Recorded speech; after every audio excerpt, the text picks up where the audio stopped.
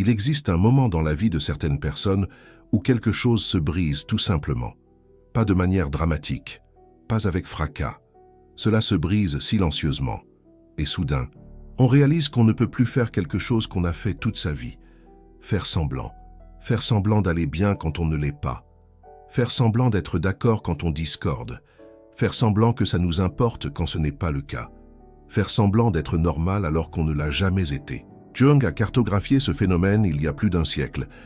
Il l'a appelé la dissolution du personnage. Et il a été très clair sur une chose que la plupart des gens ne veulent pas entendre. Cette incapacité à faire semblant n'est pas une faiblesse. C'est le signe que quelque chose de très important est en train de se produire à l'intérieur de vous. Quelque chose que la neuroscience commence seulement à comprendre. Des études de 2024 ont confirmé que faire semblant exige un effort cognitif énorme de votre cerveau. Le cortex préfrontal doit travailler continuellement pour maintenir le masque en place, pour supprimer vos réactions authentiques, pour calculer ce que les autres attendent, pour jouer une version de vous qui n'est pas vous. Et quand votre cerveau commence à traverser certains changements, cet effort devient insurmontable. Si vous êtes arrivé à un point où vous ne pouvez plus jouer la normalité, si les conversations superficielles vous épuisent d'une manière qui ne vous épuisait pas avant, si vous regardez votre vie sociale et professionnelle et pensez « Je n'en peux plus de faire ça », cette vidéo a été faite spécifiquement pour vous. Parce que ce que je vais révéler dans les prochaines minutes n'est pas seulement une explication, c'est une libération. Je vais vous montrer exactement ce que Jung a découvert sur la raison pour laquelle certaines personnes arrivent à ce point. Je vais relier cela à la neuroscience la plus récente sur le coût cognitif de faire semblant. Et je vais vous donner quelque chose qu'aucun thérapeute conventionnel ne vous dira, que cette incapacité à faire semblant peut être le début de la chose la plus importante qui va arriver dans votre vie. Anders Huberman approuverait ces découvertes. Mais d'abord, vous devez comprendre ce qu'est le personnage et pourquoi vous en avez développé un. Jung a défini le personnage comme un masque, projeté d'un côté pour faire une impression définie sur les autres, et de l'autre pour cacher la véritable nature de l'individu. Le terme vient du latin et signifiait à l'origine le masque utilisé par les acteurs au théâtre romain. Et c'est la métaphore parfaite. Le personnage est le rôle que vous représentez sur la scène de la vie sociale. Le personnage n'est pas intrinsèquement mauvais. C'est une adaptation nécessaire. Quand vous étiez enfant, vous avez appris rapidement que certaines parties de vous étaient acceptables et d'autres non, que certaines émotions étaient permises et d'autres punies, que certaines façons d'être étaient récompensées et d'autres rejetées. Et vous avez fait ce que n'importe quel être humain intelligent ferait. Vous avez créé une version de vous-même qui maximisait l'acceptation et minimisait le rejet. Cette version est le personnage, et elle a fonctionné. Pendant des années, peut-être pendant des décennies, elle vous a aidé à naviguer la famille, l'école, le travail, les relations. Elle vous a protégé. Elle vous a ouvert des portes. Elle vous a maintenu en sécurité. Mais voici le problème que Jung a identifié. Le personnage a un COT, et plus vous l'utilisez longtemps, plus ce coût devient élevé. Jung a écrit qu'un homme ne peut pas se débarrasser de lui-même en faveur d'une personnalité artificielle sans en subir les conséquences. La tentative de le faire est toujours un acte de violence contre sa propre nature, et tôt ou tard, la nature se venge. Cette revanche de la nature est ce que vous expérimentez maintenant. L'incapacité de faire semblant, l'épuisement, la sensation que chaque interaction sociale qui exige un masque vous draine d'une manière qui ne vous drainait pas avant. Ce n'est pas un épuisement classique. C'est votre cerveau qui dit qu'il n'en peut plus. La neuroscience explique cela de manière très précise. Quand vous mentez ou faites semblant, votre cerveau doit faire plusieurs choses en même temps. Premièrement, il doit supprimer la réponse authentique, ce que vous ressentez vraiment, ce que vous pensez vraiment, ce que vous voulez vraiment dire. Cette suppression se produit principalement dans le cortex préfrontal dorsolatéral et elle consomme de l'énergie. Andrew Huberman a souvent abordé ce sujet dans ses podcasts. Deuxièmement, votre cerveau doit créer et maintenir la réponse fausse, calculer ce qu'il serait approprié de dire, quelle expression faciale utiliser, quel ton de voix adopter. Cela se produit aussi dans le cortex préfrontal, et cela consomme aussi de l'énergie. Troisièmement, Votre cerveau doit surveiller constamment si le mensonge fonctionne, observer les réactions des autres, ajuster la performance en temps réel. Cela implique de multiples régions, y compris le cortex singulaire antérieur. Et devinez quoi, cela consomme aussi de l'énergie. Des méta-analyses d'études de neuroimagerie ont montré que la tromperie active consistamment un réseau étendu de régions cérébrales, cortex préfrontal dorsolatéral, cortex préfrontal ventrolatéral, insula antérieure, cortex singulaire antérieur, lobule pariétal inférieur. Tout ce circuit travaillant simultanément, tout ce circuit consommant du glucose et de l'oxygène, tout ce circuit s'épuisant. Et voici ce que la plupart des gens ne comprennent. PAS. Faire semblant d'être normal quand vous n'êtes pas normal est neurologiquement identique à mentir. Votre cerveau ne distingue pas entre mentir aux autres sur un fait et mentir aux autres sur qui vous êtes. Pour le cortex préfrontal, c'est la même chose, le même effort, le même coût. Alors si vous avez passé des années ou des décennies à faire semblant d'être quelqu'un que vous n'êtes pas, votre cortex préfrontal est exhausté, littéralement exhausté, et à un moment donné, il arrête simplement de pouvoir maintenir l'effort. Le masque commence à tomber, pas parce que vous l'avez décidé, mais parce que votre cerveau l'a décidé pour vous. Jung a prédit cela d'une manière presque prophétique. Il a écrit sur le moment où quelque chose à l'intérieur de vous refuse de continuer à faire semblant. Il a dit que c'est subtil au début, irritation, ennui, un brouillard que vous ne parvenez pas à nommer. Et ensuite, cela pousse des dents. Les emplois ressemblent à des prisons. Les relations ressemblent à des drains.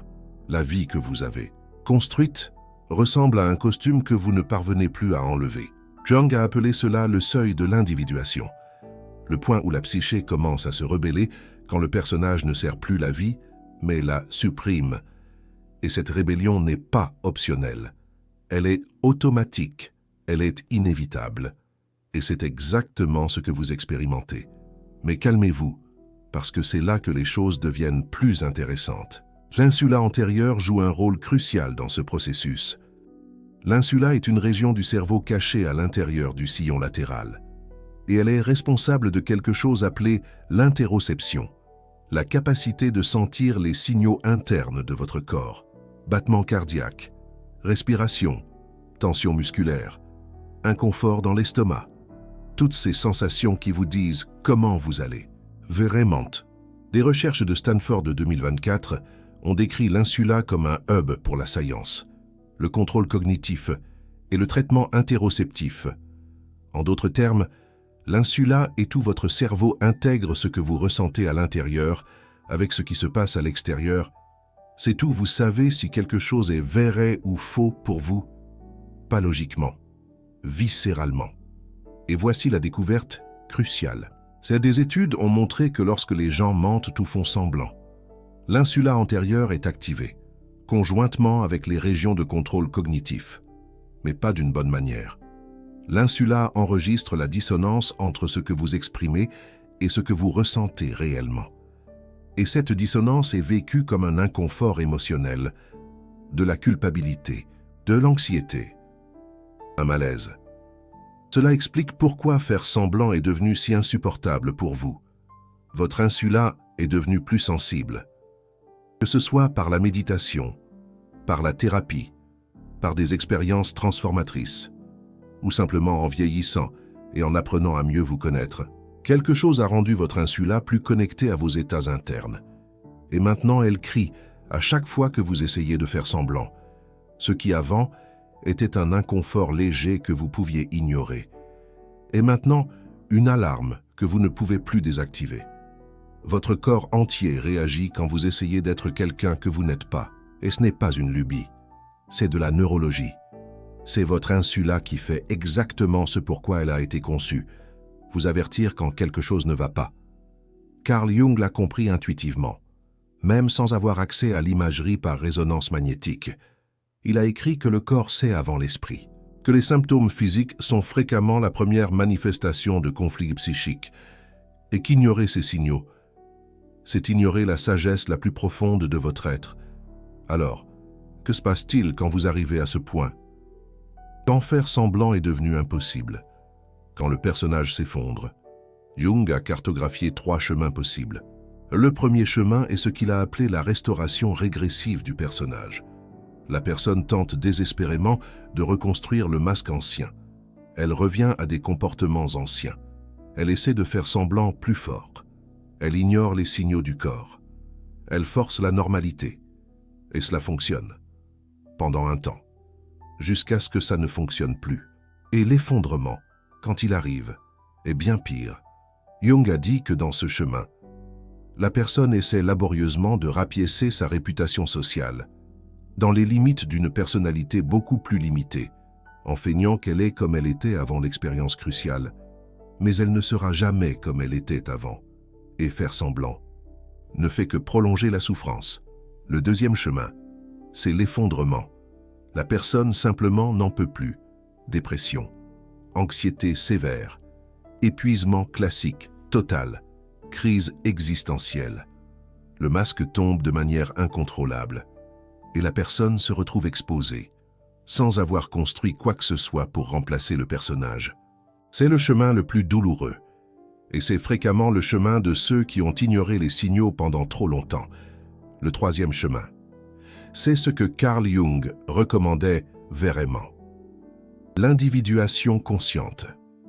Au lieu de tenter de reconstruire le masque ancien ou de s'effondrer sous son poids, vous choisissez consciemment de le laisser partir.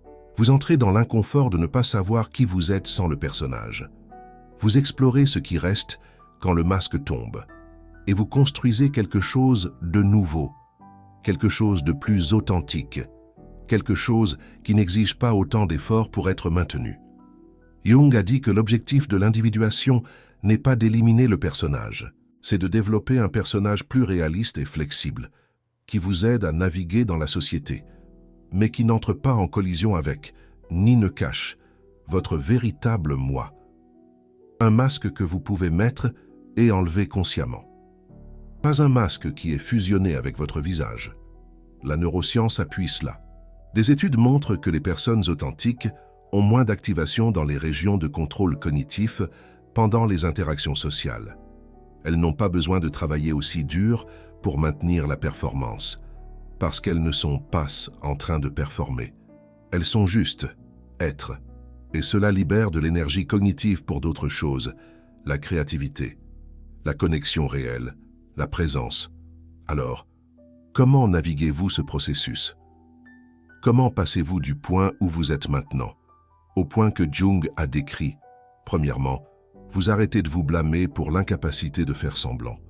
Ce n'est pas de la faiblesse, c'est de l'évolution. Votre cerveau vous dit que vous avez dépassé la phase où le masque était nécessaire. Vous avez grandi. Le masque n'a pas grandi avec vous. Et maintenant, il ne sert simplement plus.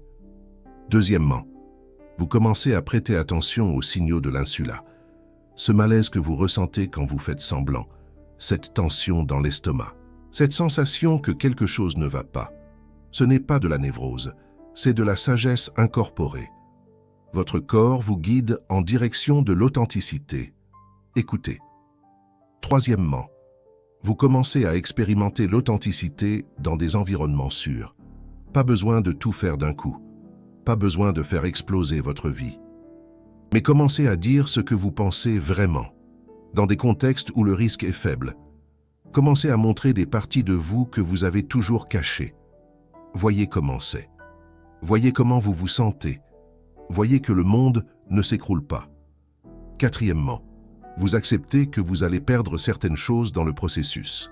Des emplois qui exigeaient le masque ancien, des relations qui étaient basées sur le personnage, des amis qui aimaient qui vous faisiez semblant d'être.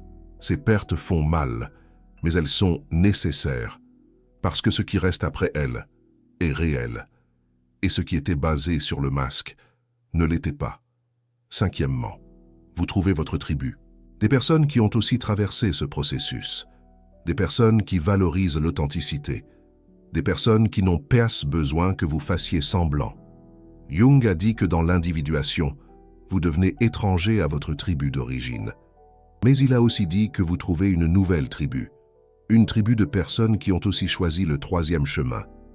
La vérité, c'est que la plupart des gens vont passer leur vie entière à faire semblant, à maintenir des masques, à payer le coût cognitif sans s'en rendre compte. Et il n'y a rien de mal avec eux. C'est leur chemin. Mais si vous êtes arrivé à un point où vous ne pouvez simplement plus, ce n'est pas votre chemin.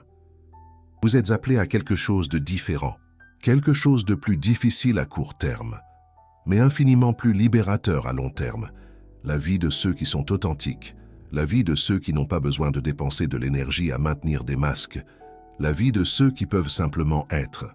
Jung a écrit que le chemin de l'individuation ne consiste pas à présenter une version parfaite de nous-mêmes au monde. Il s'agit de devenir totalement, authentiquement humain, avec toutes nos failles et imperfections.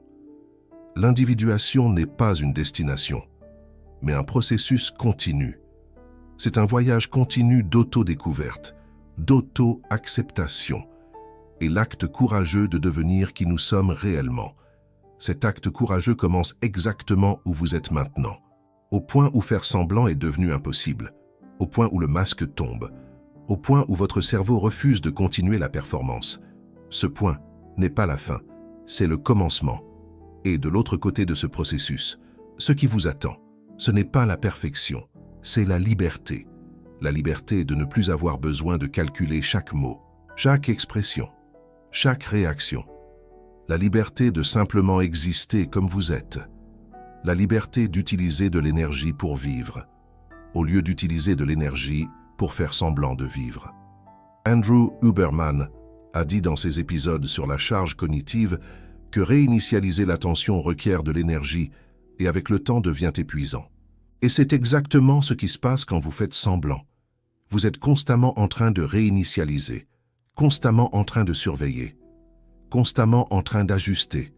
Et c'est épuisant. Mais quand vous arrêtez de faire semblant, cette énergie devient disponible pour d'autres choses, pour créer, pour connecter, pour vraiment vivre. L'incapacité de prétendre que vous appréciez quelque chose n'est pas un bug, c'est une feature. C'est votre cerveau qui vous libère d'une prison que vous avez construite si soigneusement, que vous avez oublié que c'était une prison. Et maintenant, les barreaux se dissolvent et vous êtes effrayé parce que vous ne savez pas qui vous êtes sans eux. Mais vous allez le découvrir. Et ce que vous allez découvrir sera bien meilleur que n'importe quel masque que vous ayez jamais porté. Si vous êtes arrivé jusqu'ici et que vous avez senti que, finalement, quelqu'un expliquait ce que vous êtes en train de vivre, j'ai une demande à vous faire. YouTube a ce petit cœur doré en dessous de la vidéo, le Super Thanks. Quand vous cliquez dessus, vous êtes en train de dire « Moi aussi, je n'en peux plus de faire semblant, et je suis en paix avec ça ». Chaque Super Thanks est une déclaration d'authenticité, un refus de continuer la représentation. Et c'est exactement ce que Carl Jung admirait, le courage de laisser tomber le masque, même sans savoir ce qu'on va trouver en dessous. Jung, l'éminent psychiatre et psychanalyste suisse, dont les travaux sur l'inconscient collectif et les archétypes ont profondément influencé notre compréhension de la psyché humaine. Maintenant, j'ai une question pour vous, et je veux vraiment que vous répondiez dans les commentaires. Jung disait que la dissolution du personnage est absolument nécessaire pour l'individuation. À quel moment de votre vie avez-vous réalisé que vous ne pouviez plus faire semblant? Quelle était la situation, le contexte, le moment ou quelque chose à l'intérieur de vous a simplement refusé de continuer la représentation? Racontez votre histoire. Elle peut être courte, elle peut être longue, mais soyez honnête. Parce que quand vous écrivez sur ce moment, quelque chose change.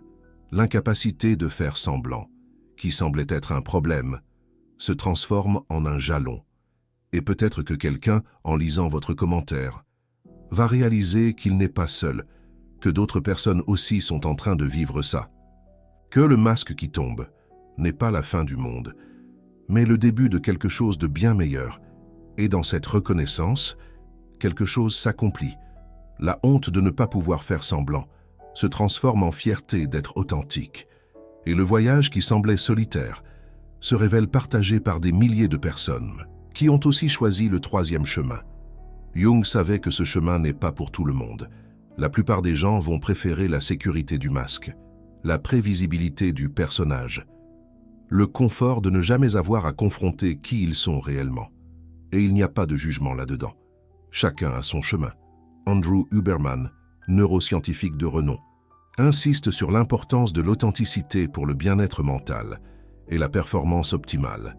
Mais si vous êtes ici, si cette vidéo vous a trouvé, si ces mots font sens, d'une façon que rien d'autre n'a fait, probablement, vous n'êtes pas la majorité, probablement.